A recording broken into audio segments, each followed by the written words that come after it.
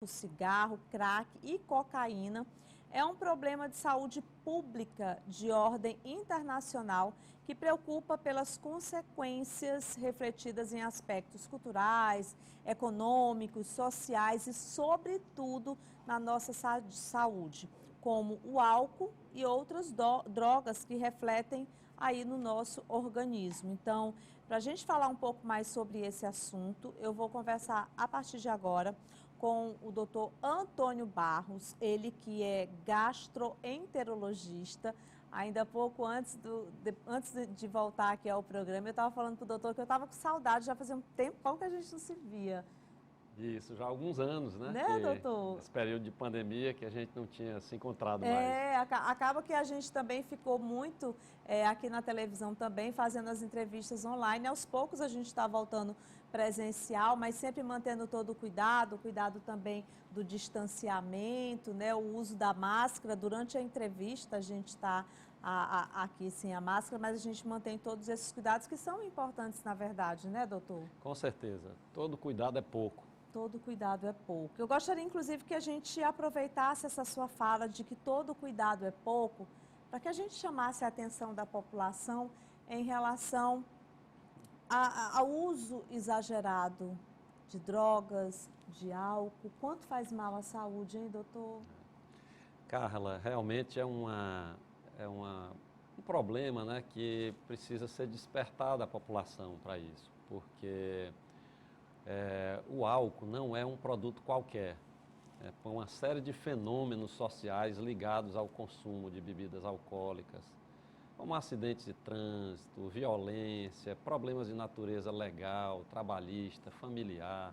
Quantas famílias se desintegram, né, e o álcool sendo um veículo. E também doenças, né, tantas doenças que o Código Internacional de Doenças descreve 74 doenças diretamente relacionadas ao álcool. E tantas outras agravadas pelo uso do álcool. E as outras drogas também, algumas de mais impacto a curto prazo, né, também, com certeza tem assim digamos assim, um impacto negativo bem grande na sociedade. E a dependência dessas substâncias também é um agravante nos impactos internos do corpo.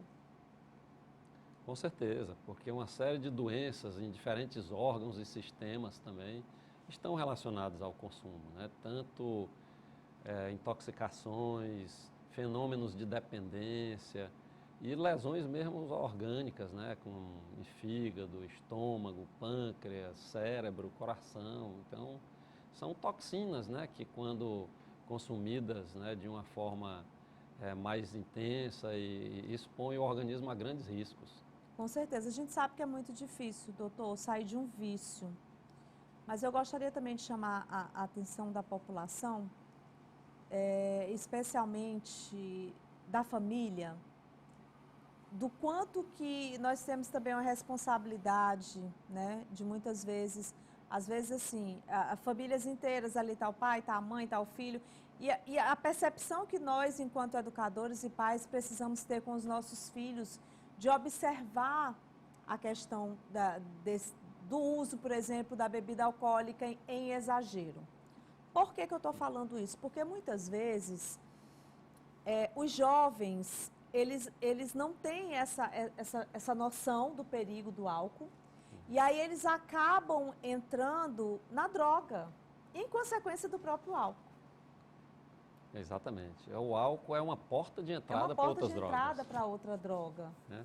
Existem legislações em vários países, inclusive no Brasil, que proíbe a venda e o consumo de álcool para menores de 18 anos. Não é à toa essa legislação, é porque o impacto numa idade, quando se começa a usar bebida alcoólica com menos de 18 anos, o risco de se tornar dependente aumenta 5 vezes. Aumenta 5 vezes. Então, e o adolescente, ele também vive uma fase de vida de desafios, né? Então, de inquietações, de problemas às vezes emocionais, e muitas vezes ele encontra no álcool como sendo assim uma tentativa, né, de resolução dos problemas que só agravará os problemas que ele já possa ter.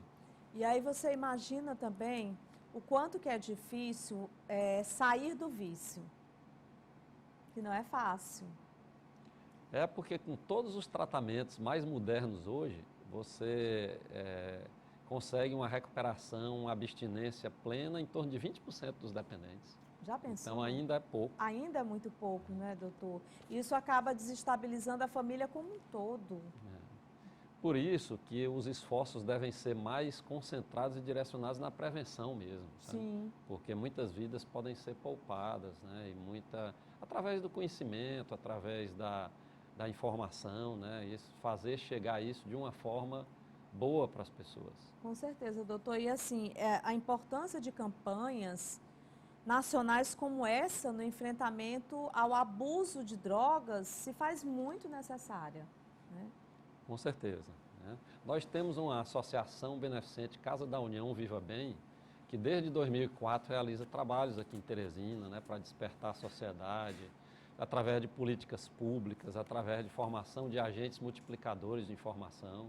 E esse trabalho está chegando assim, em vários outros estados do Brasil. Então, é uma experiência bem exitosa que pode também ser um exemplo para tantos outros lugares, né, se espelhar em trabalhos semelhantes. Como é que as pessoas podem saber um pouco mais, hein, doutor?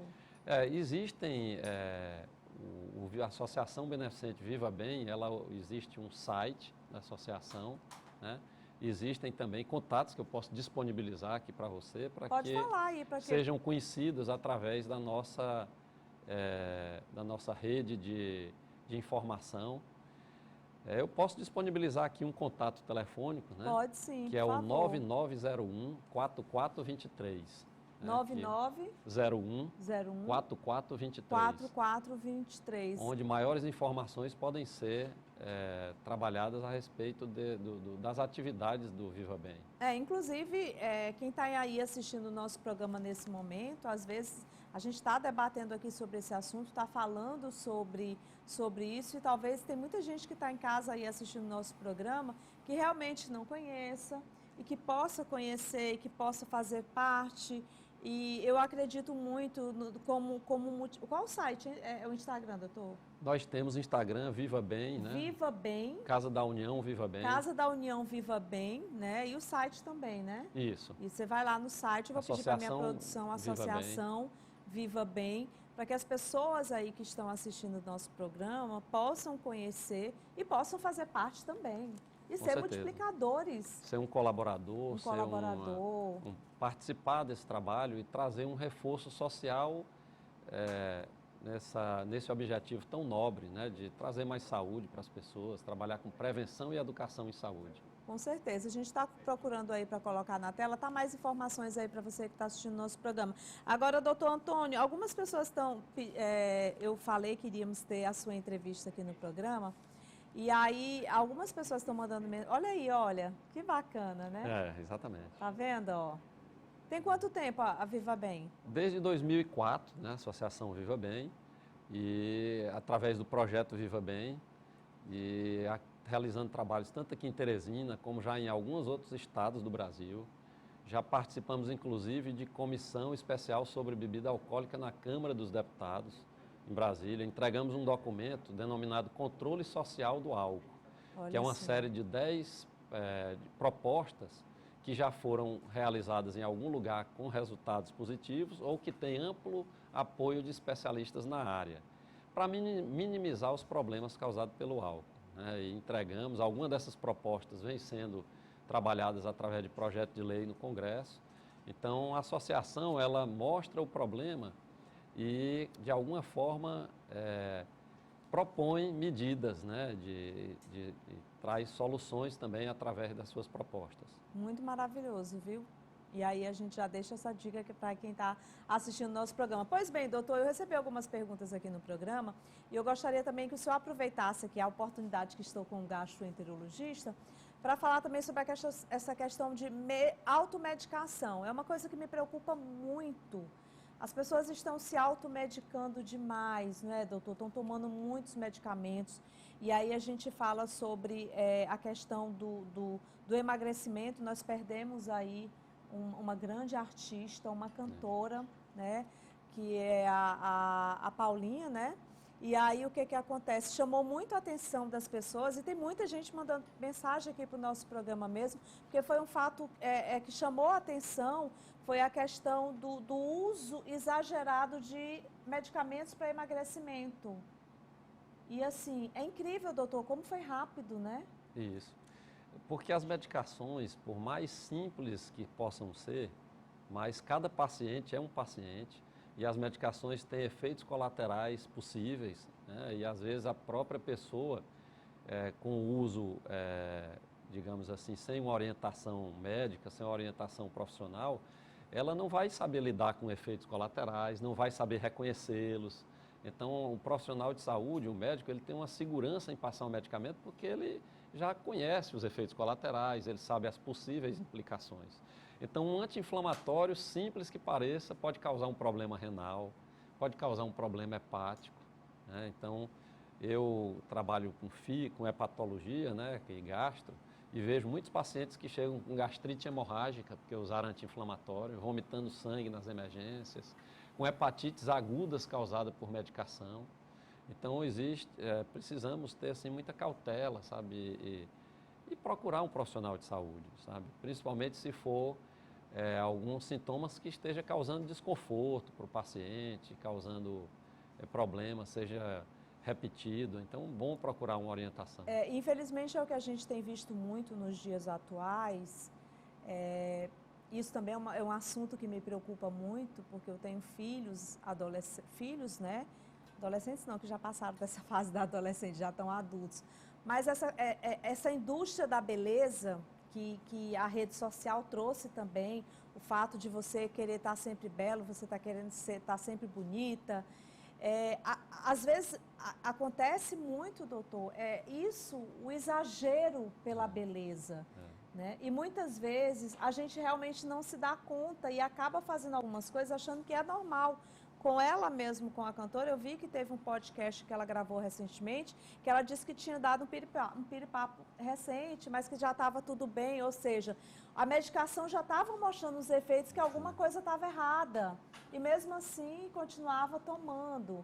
Então, é preciso ficar atento aos sinais, ao alerta, ao tempo também da medicação, porque a medicação, quando ela tem um tempo muito prolongado, ela passa a ser realmente um perigo.